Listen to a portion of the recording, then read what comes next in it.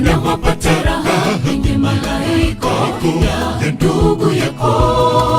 Ninapoumia yawafurahisha wanadamu, ni wa kushangaza sana.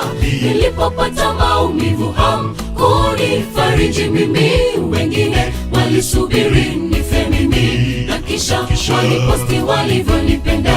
Lakini haya yote nayasahau, kwa maana Bwana ameniumba, nayasahau tena, na wasamehe. Mbona wapata raha kwenye malaika ya ndugu yako? Ninapoumia yawafurahisha wanadamu, ni wa kushangaza sana. Nilipopata maumivu hamkunifariji mimi, wengine walisubiri nife mimi, na kisha waliposti walivyonipenda.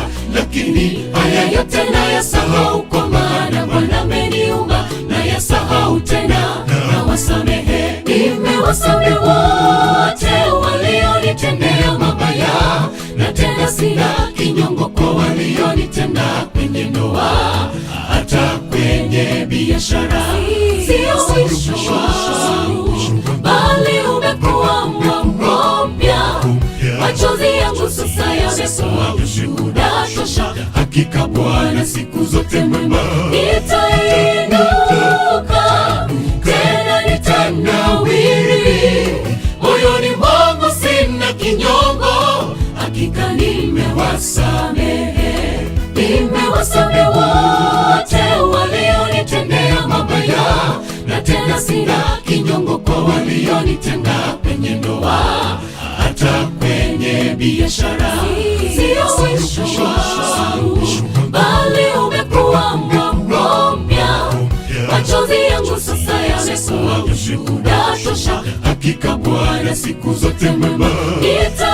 Nitainuka tena nitanawiri, moyoni mwangu sina kinyongo. Hakika nimewasamehe, nimewasamehe wote walionitendea mabaya, na tena sina kinyongo kwa walionitenda kwenye ndoa, hata kwenye biashara. Sio mwisho wangu, bali umekuwa mwamko mpya. Machozi yangu sasa yamekuwa ushuhuda tosha. Hakika Bwana siku zote mwema. Nitainuka tena nitanawiri, moyoni mwangu sina kinyongo. Hakika nimewasamehe, nimewasamehe wote walionitendea mabaya, na tena sina kinyongo kwa walionitenda kwenye ndoa, hata kwenye biashara. Sio mwisho wangu, bali umekuwa mwamko mpya. Machozi yangu sasa yamekuwa ushuhuda tosha. Hakika Bwana siku zote mwema.